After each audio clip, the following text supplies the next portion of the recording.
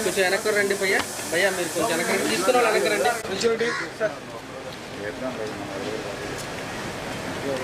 తీసుకెళ్తున్నారా?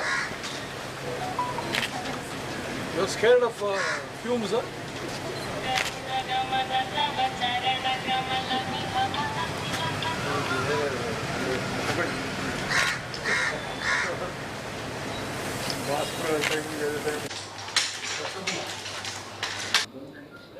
Vijayawada police commissionerate పరిధిలో ఇప్పటి వరకు 25 కరోనా పాజిటివ్ కేసులు రావటం, అదేవిధంగా చాలా రోజులుగా పోలీసు వారు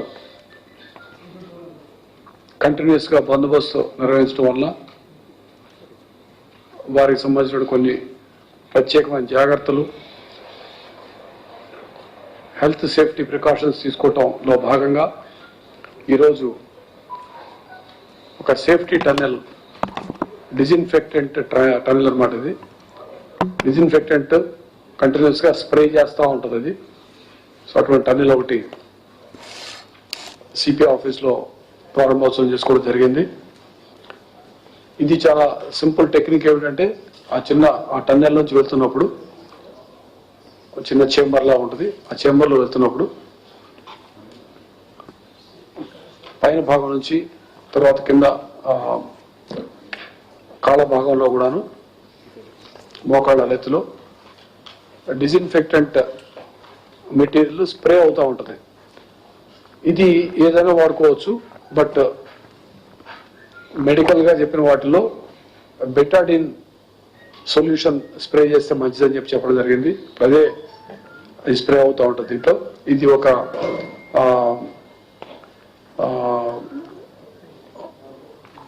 బీస్ట్ లాగా వస్తూ ఉంటుంది, అంటే ఒక పొగలాగానే వస్తుంది. పూర్తిగా సొల్యూషన్లా రాదు, వాటర్లా రాదు, బట్టలు తడిచిపోయేది కూడా ఉండదు. 20 సెకండ్ల పాటు ఆ టన్నెల్లో నడుచుకుంటూ ఒకసారి ఒక రౌండ్ తిరిగినప్పుడు మనిషిలో చుట్టూ కూడాను వేసుకుంటుంటే డ్రెస్ కానీ అది ఇన్ఫెక్షన్ ఏమైనా ఉన్నట్లయితే కూడా డిజిన్ఫెక్షన్ అయ్యేటువంటి అవకాశం ఉంది. కాబట్టి ఇది ప్రారంభోత్సవం చేసుకోవడం జరిగింది. ఇది బయట కొన్నటువంటి సేఫ్టీ టన్నెల్ సుమారు 1,50,000 అవుతుంది దీనికి ఒక్కోదానికి. ప్రతి పోలీస్ స్టేషన్కి ఇవ్వటం కష్టం కాబట్టి 2 రకాల ప్రత్యామ్నాయాలు ఆలోచిస్తున్నాం మేము. ఒకటేమిటంటే, ఆల్రెడీ ఈ టన్నెల్ నిన్న ఈవినింగ్ ఇన్స్టాల్ అయింది, కానీ అది వచ్చేలోపే మేము ఒకటి ఇంప్రొవైజ్డ్గా మా టెక్నీషియన్స్, మా ఎంటీ సెక్షన్లో ఉన్న టెక్నీషియన్స్ ఒకటి తయారు చేశారు. అది కొన్ని చోట్ల పెట్టడం జరుగుతుంది, కొన్ని పోలీస్ స్టేషన్స్లో. మిగతా పోలీస్ స్టేషన్స్లో మనం ఫంక్షన్స్కి వెళ్ళినప్పుడు పర్ఫ్యూమ్ అది స్ప్రే చేస్తుంటారు. సో అటువంటి 2 ఫ్యాన్లు లోపలికి వెళ్ళేటువంటి ప్రతి విజిటర్కి, ఇంక్లూడింగ్ పోలీస్ మెన్కి ఇవ్వాలని చెప్పి అది కూడా నిర్ణయించాం. అదైతే ఇమ్మీడియట్గా మాకు అందుబాటులో ఉంటుంది కాబట్టి ఇమ్మీడియట్గా సప్లై చేయగలుగుతామని చెప్పి అది ఒకటి ప్లాన్ చేస్తున్నాం. అదేవిధంగా పోలీస్ స్టేషన్లో పనిచేసేవారు కానీ బయట డ్యూటీలు చేసే వాళ్ళందరికీ కూడాను మాస్కులు, కొన్ని ఇంపార్టెంట్ డ్యూటీస్ వాళ్ళకి గ్లౌస్, అదేవిధంగా డిఫరెంట్ పీపీఈ కిట్స్, అంటే ఒక సర్జికల్ గౌన్స్, అట్లా హెడ్ గేరు, ఐ గ్లాసెస్, ఇవన్నీ కలిపిన ఒక కిట్ ఉంటుంది. అది కూడా మేము ప్రొక్యూర్ చేస్తున్నాము. ఈ విధంగా అన్ని జాగ్రత్తలు పోలీస్ మెన్ ఆన్ డ్యూటీ గురించి తీసుకుంటా ఉన్నాము. ఎట్టి పరిస్థితుల్లో కూడా, ఎందుకంటే రాత్రింబవళ్ళు పనిచేసేటువంటి కానిస్టేబుల్ పొరపాటున ఇమ్యూనిటీ లెవెల్ తగ్గిపోతే కూడాను ఎవరైనా ఒక కరోనా పాజిటివ్ కానీ లేదా సస్పెక్ట్ లేదా కరోనా పాజిటివ్ కేసు యొక్క ప్రైమరీ కాంటాక్ట్ సెకండరీ కాంటాక్ట్ దగ్గరలోకి వెళ్ళినప్పుడు ఇతను ఇన్ఫెక్ట్ అయ్యే ప్రమాదం కూడా అన్ని రకాల జాగ్రత్తలు తీసుకుంటా ఉన్నాము. మరో విషయం ఏంటంటే ఈ రోజు నుంచి 6 నుంచి 9 వరకు మాత్రమే సరళింపు ఉంటుంది. రోజు కూడాను ఉదయం 6 గంటల నుంచి 9 గంటల లోపే నిత్యావసర వస్తువులు కానీ దేనికైనా కొనుక్కోవడానికి బయటకు రావడానికి విజయవాడ కమిషనరేట్ పరిధి మొత్తంలో కూడాను 6 to 9 మాత్రమే వెసులుబాటు ఉంటుంది. ఇది కాకుండా 6 రెడ్ జోన్స్ కింద గుర్తించాము.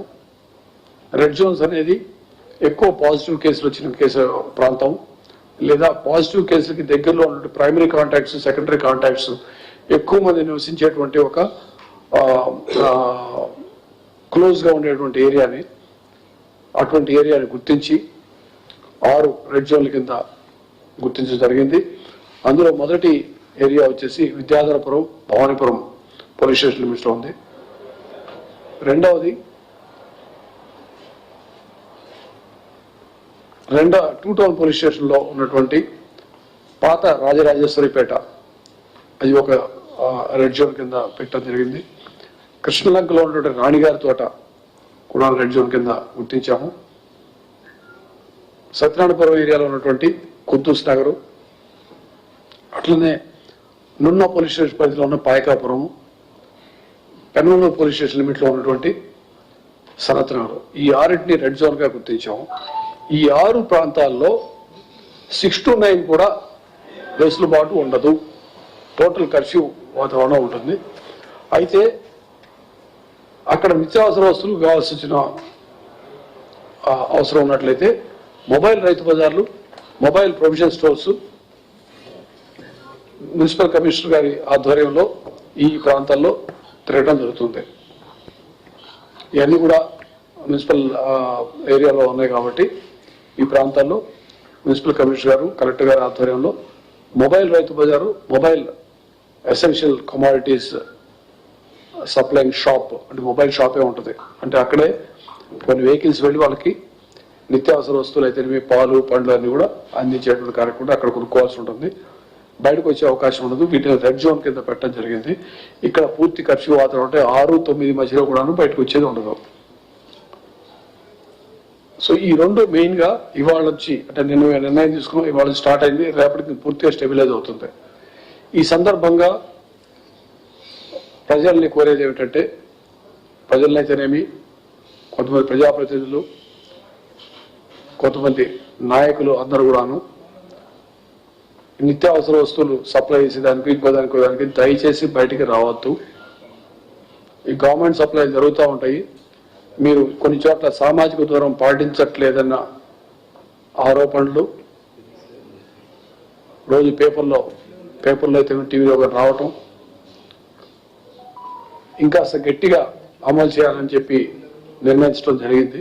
కాబట్టి ఇటువంటి కార్యక్రమాలకు దయచేసి దూరంగా ఉండండి. ముఖ్యంగా ఏదైనా ఉంటే కూడాను వితరణ కార్యక్రమాలు, అది స్వచ్ఛంద సేవా సంస్థలు కానీ ఇంకెవరైనా కానీ ఫుడ్ సప్లై చేసేదానికి కూడా దయచేసి పర్మిషన్ తీసుకొని మాత్రమే రండి. ఎందుకంటే అక్కడ గుంపులుగా వస్తున్నారు. ఇది కరోనా వ్యాప్తి చెందడానికి చాలా సులువైన మార్గం. కాబట్టి అటువంటి అవకాశం లేకుండా దయచేసి జనాలు గుమిగూడేటువంటి కార్యక్రమం అవకాశం లేకుండా ఉండే విధంగానే ఏ ప్రోగ్రామ్ అయినా చేసుకోవాలి. అది స్వచ్ఛంద సేవా సంస్థలు కానీ ఇంకేదైనా కానీ. గవర్నమెంట్ ప్రోగ్రామ్స్ కూడాను మనం మినిమం డిస్టెన్స్ మెయింటైన్ చేసుకోవటం, ప్రాపర్గా జాగ్రత్తలు తీసుకోవడం అనేది చాలా అవసరం. ఎందుకంటే విజయవాడ నగరం కనుక మంచిగా మనం కంట్రోల్ చేసుకున్నట్లయితే ఇంకా దూర ప్రాంతాలు, అంటే ఫర్ ఎగ్జాంపుల్ మనం ఇప్పుడు తీసుకున్నట్లయితే విజయవాడ కమిషనరేట్లో ఉన్నటువంటి ఈస్ట్ డివిజన్లో, అంటే తోటవల్లూరు, పడిమొక్కల, ఒయ్యూరు, కన్నవరం ప్రాంతాల్లో అసలు మనకి తబ్లిగీ జమాత్కి వెళ్ళి వచ్చిన వారే లేరు. సో మనకి అది ఒక అడ్వాంటేజ్. బట్ ఉన్న వాళ్ళంతా మెయిన్ సిటీ ఏరియాలో ఉన్నారు. సో ఈ పాజిటివ్ కేసులు వచ్చేది కానీ అవి ఎక్కువ భాగం ఎక్కడ ఉన్నాయి కాబట్టి వీటి మీద మనం ప్రత్యేకంగా దృష్టి పెట్టవలసిన అవసరం ఉంది. సో దయచేసి ఎవరు కూడాను గుమిగుడి రావద్దు, అటువంటి ప్రోగ్రాంలు కండక్ట్ చేయొద్దు. అలా చేసినట్లయితే ఏ విధమైనటువంటి తారతమ్యం లేకుండా ఏ రాజకీయ నాయకులైనా ఎవరైనా కానీ యాక్షన్ తీసుకోవడం జరుగుతుంది. ఇందులో ఏ విధమైనటువంటి సంశయం లేదు. ఎందుకంటే ఇది మానవాళి ఆరోగ్యానికి సంబంధించిన విషయం, కమ్యూనిటీ హెల్త్కి సంబంధించిన విషయం. ఈ కమ్యూనిటీ ఈ సామాజిక అంశం కాబట్టి ఈ వైరస్ పెద్దవాళ్ళు చిన్నవాళ్ళు ధనిక పేద అనే తేడా ఉండదు. ఏ విధమైనటువంటి తారతమ్యాలు లేకుండా అది వ్యాపించే అవకాశం ఉంది. కూడా దయచేసి అందరూ దీన్ని అర్థం చేసుకోండి. లేని పక్షంలో మాత్రం చర్యలు గట్టిగా ఉంటాయని చెప్పి తెలియజేసుకుంటున్నాను. విజయవాడని మనం గట్టిగా కనుక, ఎందుకంటే మనకు మొదట వచ్చిన 2 కేసులు కూడా డిశ్చార్జ్ అయిపోయి మొత్తం టోటల్గా రికవర్ అయ్యారు, డిశ్చార్జ్ అయిపోయారు. సో అదేవిధంగా మనకు వచ్చిన ప్రతి పాజిటివ్ కేసులో మనం జాగ్రత్త తీసుకున్నట్లయితే అందరూ కూడా ఆరోగ్యంగా వెనక్కి రావాలి. ఒకటి, ఫర్దర్ ఎక్కడ వ్యాప్తి చెందకుండా ఉండాలనే లక్ష్యంతో మనం ముందుకెళ్తున్నాం. దయచేసి అందరూ అర్థం చేసుకొని మమ్మల్ని బలవంతం చేసి మా చేత కేసులు పెట్టించుకోవడం, చర్యలు తీసుకోవడం అనే పనులు చేయొద్దని చెప్పి మరొక్కసారి తెలియజేసుకుంటాను. మొత్తం ఢిల్లీకి వెళ్ళి వచ్చిన వారు 35 మంది, అందులో 7 పాజిటివ్ వచ్చింది ఢిల్లీ వెళ్ళి వచ్చిన వారు. ఆ తర్వాత వాళ్ళ కాంటాక్ట్స్ వచ్చేసి 10 మందికి వచ్చింది. సో మనకు ఉన్నటువంటి 25 కేసుల్లో 17 కేసులు ఢిల్లీ వెళ్ళి వచ్చిన వారు లేదా వారి కాంటాక్ట్ వారు. 4 విదేశాల నుంచి వచ్చిన వారు, వాళ్ళ కాంటాక్ట్ ఇంకొకళ్ళు 5, మొత్తం కలిపి 5. సో ఈ 5లో 2 టోటల్గా రికవర్ అయిపోయి ఇంటికి రావడం జరిగింది. మనం చూసే మనకు తెలిసిన ఉంది. ఇవి కాక మిగతా అన్ని కేసులు కలిపి 3 ఉన్నాయి. అవి కూడా ఎటు నుంచి ఎలా వచ్చింది అనేది మేము తెలుసుకుంటున్నాము. సో మొత్తం 25లో 17 ఢిల్లీ వెళ్ళి వచ్చిన వారు లేదా వారి కాంటాక్ట్ వారు. అదేవిధంగా వారికి సంబంధించిన ప్రైమరీ కాంటాక్ట్స్, సెకండరీ కాంటాక్ట్స్ అందరినీ కూడా ఐడెంటిఫై చేశాము. వాళ్ళు మొత్తం కలిపి 830 మంది ఉన్నారు. 255 మంది ప్రైమరీ కాంటాక్ట్స్, 575 మంది సెకండరీ కాంటాక్ట్స్ ఉన్నారు. 830 మంది. వాళ్ళని కూడా అందరినీ గుర్తించాము. అందరి మీద కొద్దిమందిని క్వారంటైన్ సెంటర్కి తరలించాం, కొద్దిమందిని హోమ్ క్వారంటైన్లో ఉంటుంది. వారిపైన నిఘా నడుస్తూ ఉంది.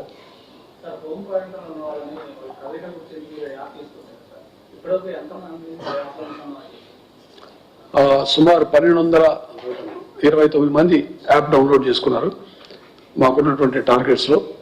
అందులో మాకున్నంతా 1396 మంది ఉన్నారు. 1396లో 1229 యాప్ డౌన్లోడ్ చేసుకుని జరిగింది. మిగతా వాళ్ళకి అది iOSకి ఇంకా పూర్తిగా కంపాటబిలిటీ రాకపోవడం వల్ల ఇంకా డౌన్లోడ్ కాలేదు.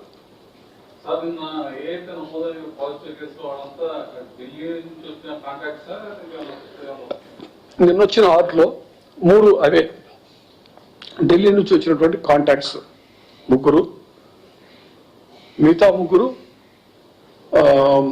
2 ఉన్న ఇక్కడ లోకల్గా ఉన్నవారు. వారికి ఎలా వచ్చింది అంటే ఎటు నుంచి కాంటాక్ట్ వాళ్ళు వచ్చిందో చూస్తున్నాము. 3వ వ్యక్తి కూడా మాకు లిస్టులో ఉన్నది చూస్తున్నాము.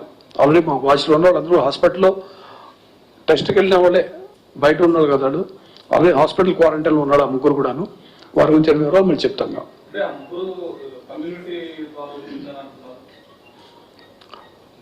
అది ఇన్వెస్టిగేట్ చేస్తున్నాము. ఎందుకంటే అందులో ఒక కుర్రవాడు వేరే రాష్ట్రం నుంచి వచ్చాడు. అక్కడ ఏమైనా అంటిందని చూస్తున్నాం. ఎందుకంటే అదే రాష్ట్రానికి సంబంధించి ఇంకా 2-3 విషయాలు బయటకు వస్తున్నాయి. అది ఏంటంటే తెలియాల్సి ఉంటుంది.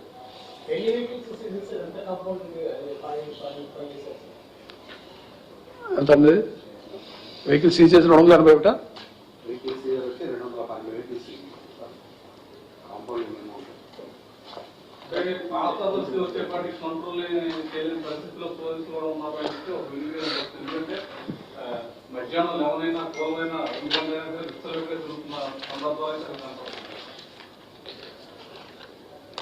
ఇక్కడ మనం ఆలోచించాల్సింది ఏంటంటే, అనుకుంటే అరగంట చాలు మాకు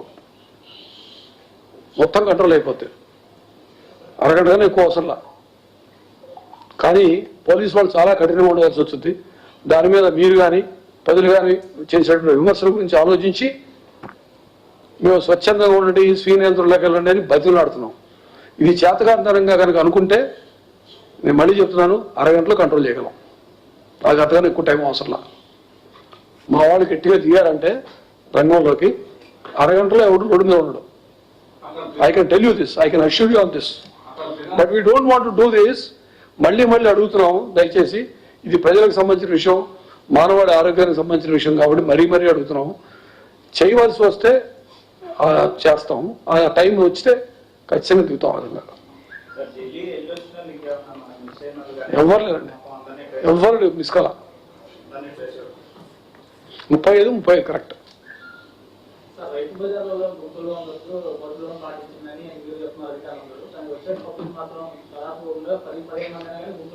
అంటే రైతు బజారు చాలా వరకు నియంత్రణలోకి వచ్చింది. ఇప్పుడు వచ్చేదల్లా ఎక్కడంటే మాకు కనిపిస్తుంది ఏంటంటే ఈ ఫుడ్ డిస్ట్రిబ్యూషన్ వగేరాలు జరుగుతున్న దగ్గర ఎక్కువ మంది వస్తున్నారు. అక్కడ ఆగట్లా, లేదా నిత్యావసర వస్తువులు పంపిణీ వచ్చినప్పుడు మీదకి వచ్చేస్తున్నారు. మెయిన్ అదే మనకి. తర్వాత ఏమొచ్చిందంటే 2 టౌన్ ఏరియాలో మీరంటే కొండకాయ నుంచి కింద దిగి వచ్చేవాళ్ళు, నేను వాళ్ళకి పైకి రావు, సామాన్లు పైకి రావు, వాళ్ళు దిగి రావాల్సి వస్తుంది. అది దిగి వచ్చినప్పుడు వాళ్ళకి నేరో ఏరియా ఉంటుంది. సో అదొక challenge. But we're trying our best. But నేను మరొక్కసారి అందరినీ కోరుకునేది అంటే, దయచేసి మమ్మల్ని బలవంతం చేసి మమ్మల్ని గట్టిగా ఫోర్స్ చేసి పని చేయాలని చెప్పి అనుకోవటం, తర్వాత వచ్చేటువంటి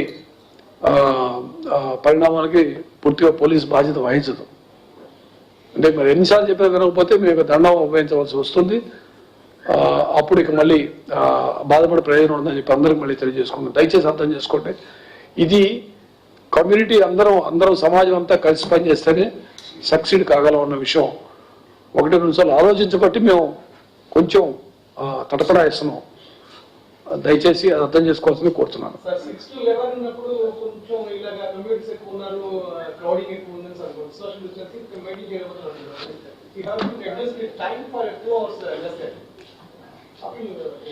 నేనేమంటానంటే అసలు దయచేసి అర్థం చేసుకోండి, ఇది నేనేదో థియరీ చెప్పట్లేదు. నిత్యావసర వస్తువులు అనేది రోజు అందరూ రోడ్డు మీదకి వచ్చి కొనుక్కోవాల్సిన అవసరం లేదన్న విషయం దయచేసి గమనించండి. నిన్న 6-11కి 1000 మంది వచ్చారు కదా. 6-11 9 అయ్యేటప్పటికి 1500 మంది వస్తారు, 1800 మంది వస్తారు. ఇది మ్యాథమెటిక్స్ కాదు. లెక్క ఏమిటంటే ప్రతి ఒక్కరూ ప్రతిరోజు నిత్యావసర వస్తువులు కొనుక్కోవడానికి రోడ్డు మీదకి రావాల్సిన అవసరం లేదు. ఒకసారి వచ్చినప్పుడు 2 రోజులకు 3 రోజులు కొనుక్కొని వెళ్ళినట్లయితే ఈ హడావిడి ఉండదు. కర్ఫ్యూ పెట్టినప్పుడు ఎలా ఉంటుంది? 1 అవర్ టైం ఇస్తే 1 అవర్లో వస్తారు, కొనుక్కొని పోతారు. కాకపోతే ఇక్కడ క్రౌడింగ్ జరగకూడదు కాబట్టి ఆ 3 గంటలకు టైం ఇవ్వాల్సి వచ్చింది. మనం జీవితం బాగుండి ప్రాణం గట్టిగా ఉండి ఏమన్నా చేసుకోవచ్చు అన్న విషయం ఒక్కటి మనం మర్చిపోకుండా ఉంటే ఓరుకొరిన రోడ్డు మీదకి రావు. అయినా రోడ్డు మీదకి రావడం ఇంకా నాకు ఆశ్చర్యం కలిగించేది ఏంటంటే, ఇంకా ఫాస్ట్గా నడిపి ఇంకా రోడ్డు యాక్సిడెంట్ చేసేటువంటి ప్రబుద్ధులు ఉన్నారు. రోడ్డు యాక్సిడెంట్ చేసి కారు మీద ర్యాష్ గా నడుపుతూ స్కూటర్ రోడ్డు కొట్టేసి చంపేసి వెళ్ళిపోయేటువంటి ఇంకా ప్రభుత్వాలు ఉన్నారంటే ఇక ఎలా చెప్తే వింటారు అనేది ఆలోచించాలి. మొత్తం పోలీసు మీద తోసేయడం కాదు కదా, సమాజం కూడా కొంత బాధ్యత తీసుకోవాలా, పిల్లల తల్లిదండ్రులు బాధ్యత తీసుకోవాలా.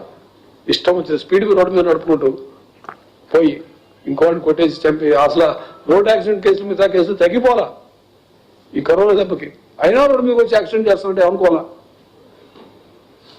సో ఇది సమాజం గమనించాల్సిన విషయం. నేను మళ్ళీ చెప్తున్నాను, అంత బాధ్యత పోలీసు మీద వదిలిపెడితే మేము పూర్తిగా పోలీసింగ్ పాయింట్ ఆఫ్ వ్యూలో, law and order point of వ్యూలో చేయాల్సి ఉంటుంది. అనేక మంది సామాజికవేత్తలు వాళ్ళు టీవీల మీదకి వచ్చి చెప్తా ఉన్నారు, ఇది ఒక పెద్ద లా అండ్ ఆర్డర్ సమస్య కాదు, పోలీసులతో ఇలా చేస్తున్నారు అని చెప్పి అనేక విమర్శలు. కరెక్టే, ఇది ఒక విధంగా చెప్తే